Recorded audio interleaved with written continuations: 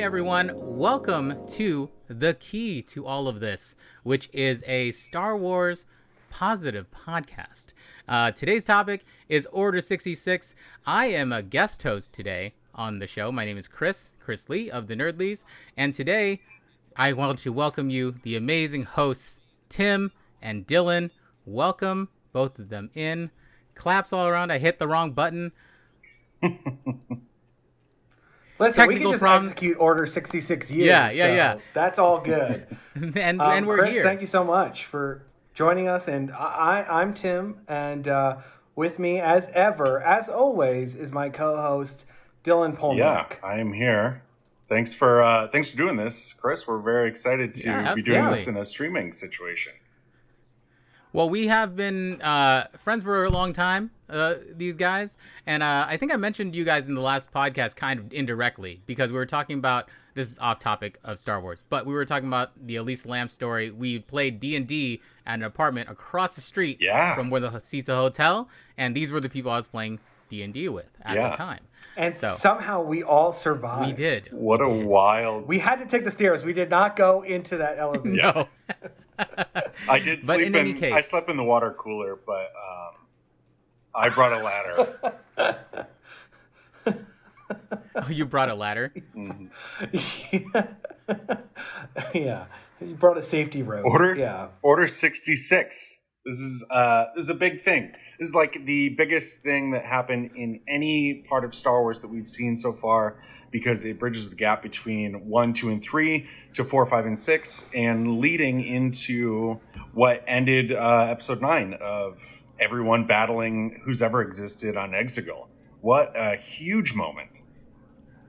Yeah, absolutely. Really, really huge moment. And it's crazy that now we've seen it from all different angles of what we've seen, like from all of the different angles of Star Wars. From this Clone Troopers angle, we've seen it from the Jedi angle, we've seen it from Anakin's angle. Like, It's kind of wild that we've now had the opportunity to see it from so many different directions. Yeah, and somehow we still accept that the Empire was right. Yes, that is the lesson here. It's one of the most Empire moves for a pre-Empire Republic. You know, it's so interesting to me, like from a political perspective, that the Republic was under this guise of being a democracy up until the very moment that the implant chips were activated, and it instantly became an autocracy, a dictatorship, in one fell swoop. And you know, you gotta hand it to old Palpy for just good old Palpy knocking it out of the park. I mean, I was looking up the known survivors of Order 66, and of like the tens of thousands of Jedi, it's less than 50. I mean, that's a pretty good, if you're going to go after your main opponent, that's a pretty good rate. I mean, that's incredible numbers. That's the thing I think is incredible about Order 66 in general, is how wide sweeping and instantaneous it is. Like, you think about how hard it would be to get like 10 of your friends to do the same thing at once. They got an entire army to listen to a message immediately. It, like, within seconds of the message going out from Coruscant, and everyone understood what that message meant. Like, if I told you, I mean, obviously they did it with microchips, but if I told 10 of my friends that the secret word was banana, and I texted all of them banana at the same time, how many of them could I rely on to do the thing I told them to do when I said banana?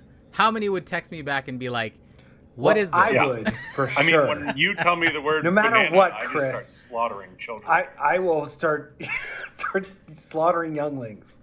Oh, man. I hope you like them medium rare, because they're getting burned over a lightsaber. Yeah.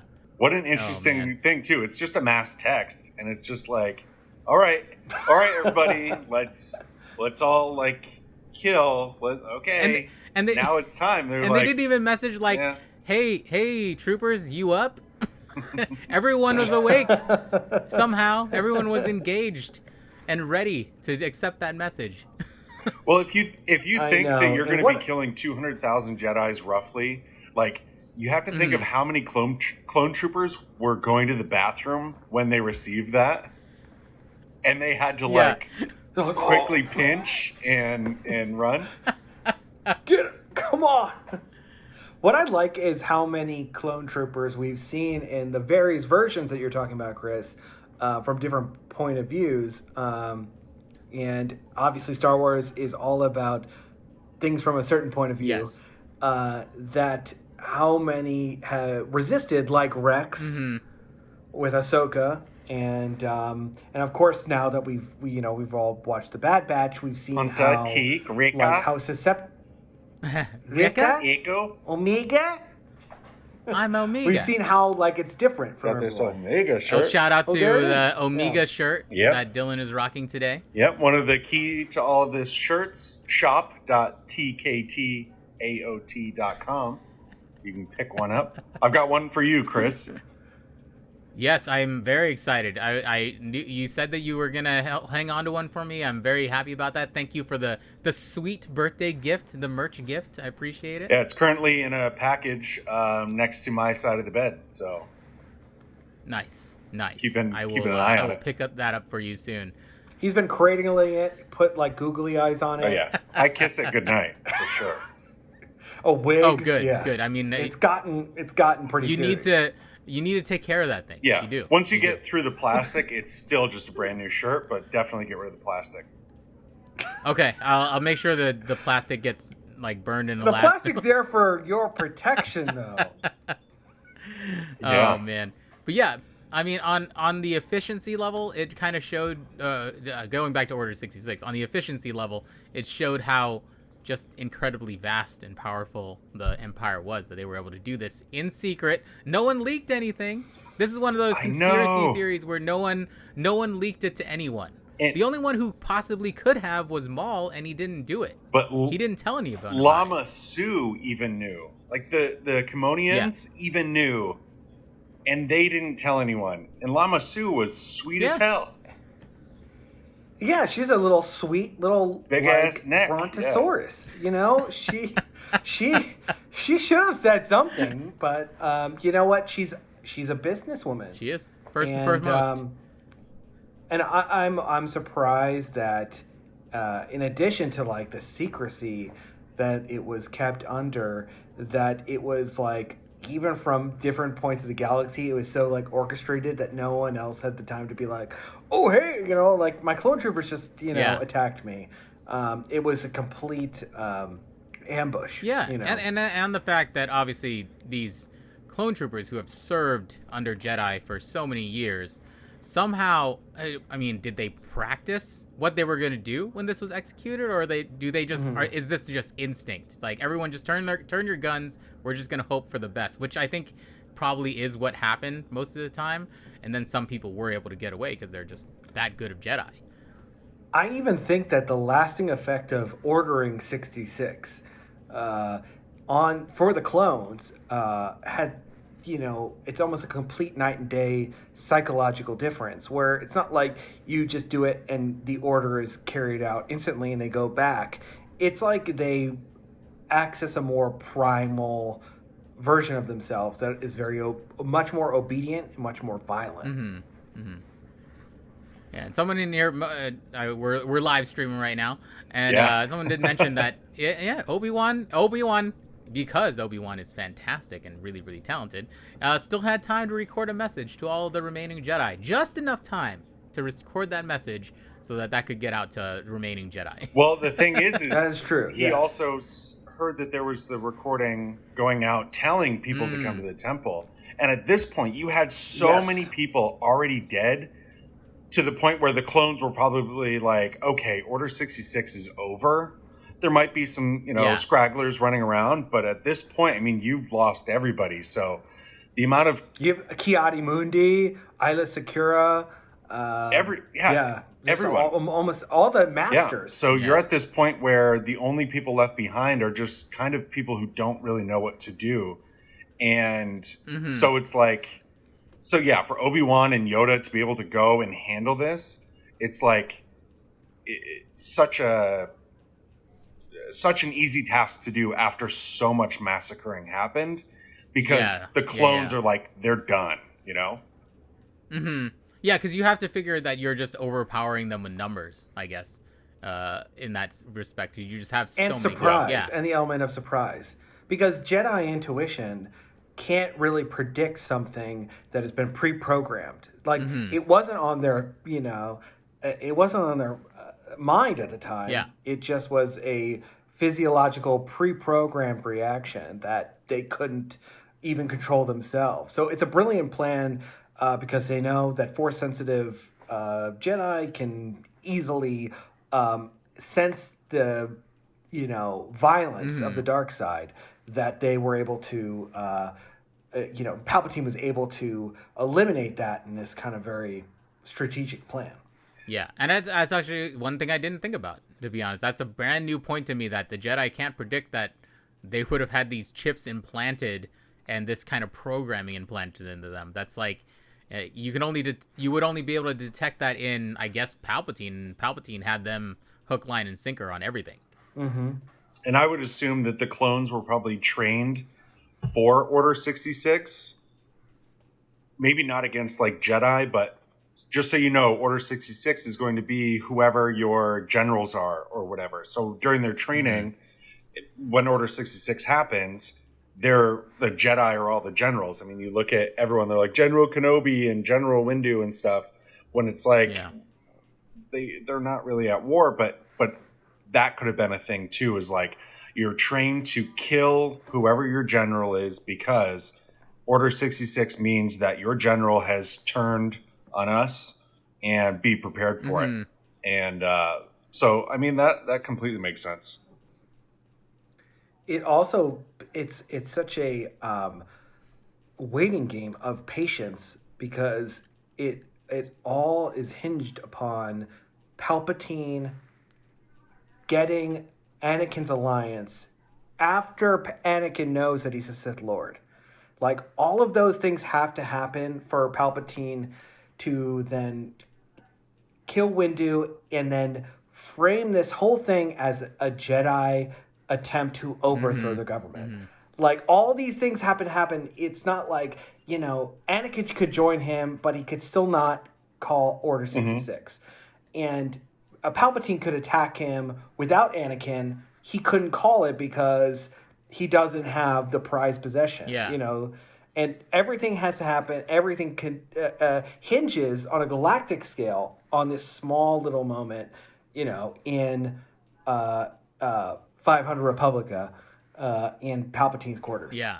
One floor above Padme, where Mace Windu landed. Yes. I love that. I mean, I saw that episode where you guys pointed out the address, and I'm like, wow, that is actually true. They all live in the same little, like, just a very tall building, and they're in the same apartment complex. Little dorm room. Yeah. I wonder how they were at HOA meetings. Oh, I wonder if they have to pay HOA. I feel like that is kind of more of an Empire thing to do, is to have to pay HOA I feel fees. like it would be. Absolutely. HOA fees are definitely an Empire thing. I'm going to agree with you on that one.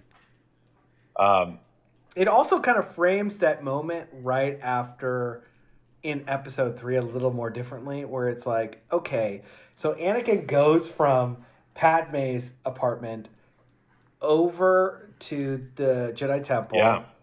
Then he goes back to the same apartment complex, and then he flies back to the Jedi Temple to kill all the younglings, and then he goes back to 500 Republica again. It's like a back and forth, just like upping his kill count. Yeah. You got to be really good with your gas conservation. He's got to have that like nice space hybrid, Well, I wonder if he forgot his keys at Padme's and was like, oh, damn it, the temple's locked up. I got to go back. Yeah. He checks his tunics. Where are they?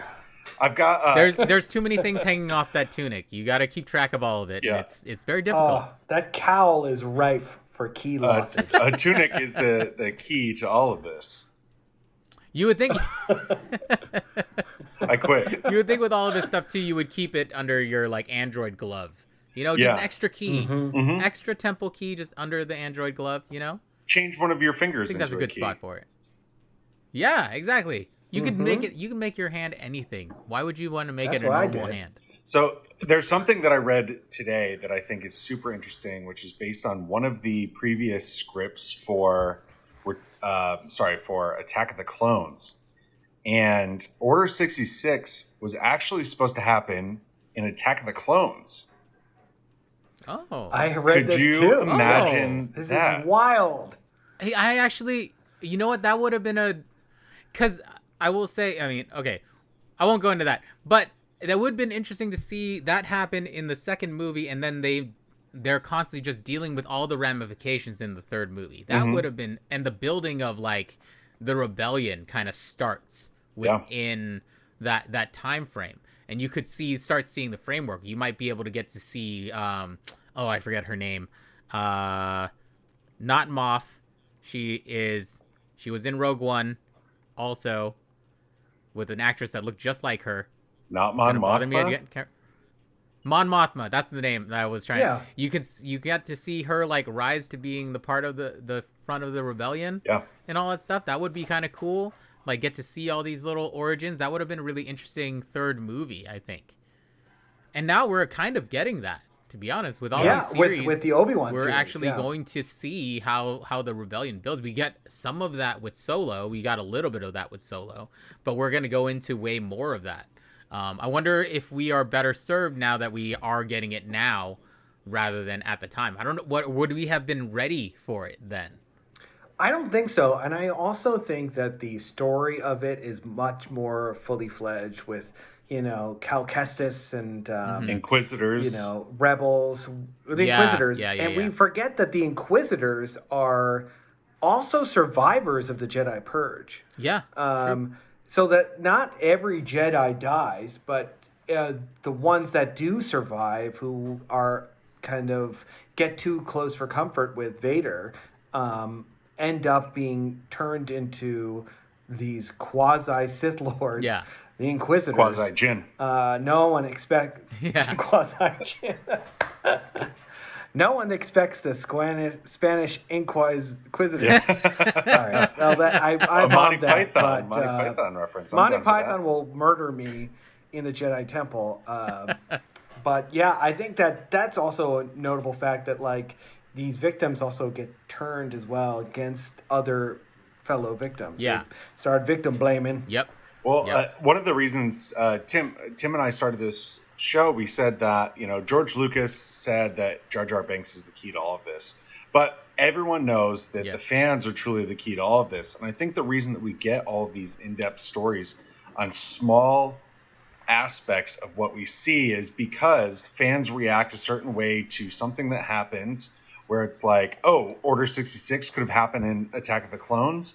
Well, if we knew Order 66 was happening before Revenge of the Sith, and the fans had this huge idea of like, oh, well, this would be a perfect place for it to happen, I think that the story is very well driven based off of what fans want to see.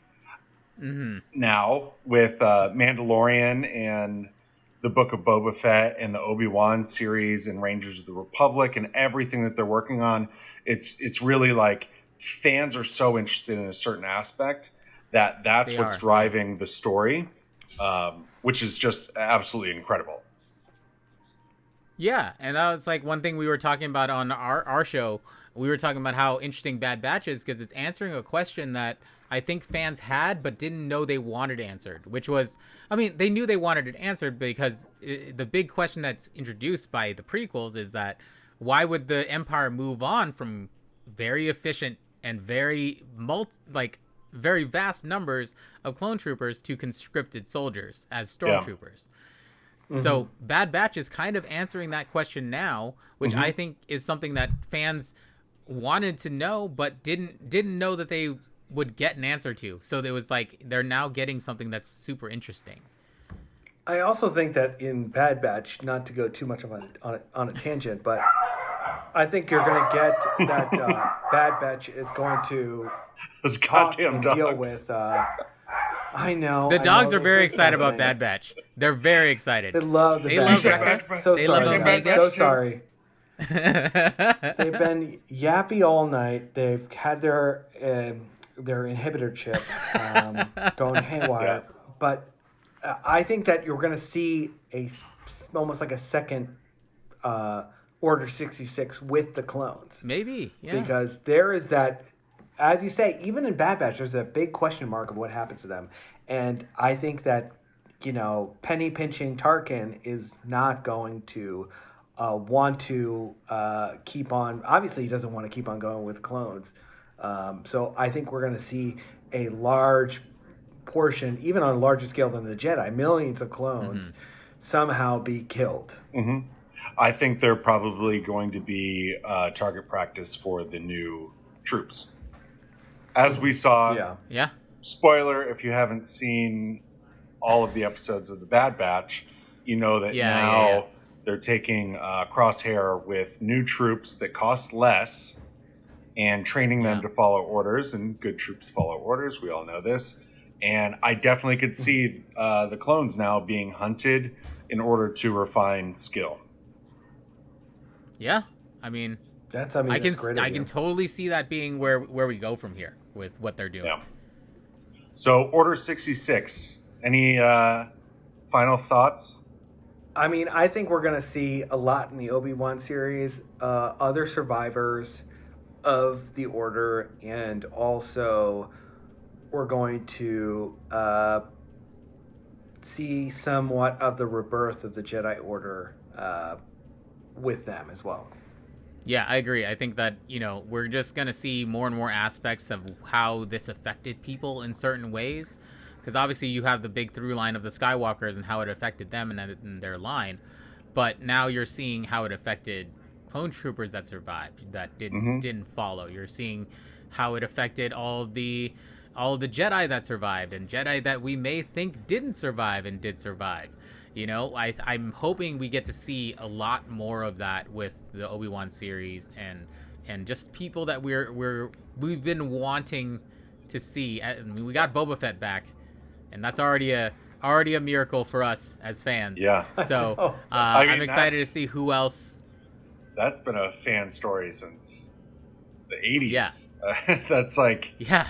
Everyone's been like, nah, he's still alive. It takes 1,000 years to digest a person in the Sarlacc pit, and he's got Beskar, and it'll help him out. But yeah, glad we got that. Well, I want to thank our streamers, and I want to thank everyone who's listening. Thank you to our guest host, Chris Lee from the Nerd Lees. Join us next week when we move on to our new topic, which is going to be Lando Calrissian. Tim? Lando. I've been Tim. This is Chris and Dylan. And collectively, we've been the key to all of this. May the Force be with you. And also with you.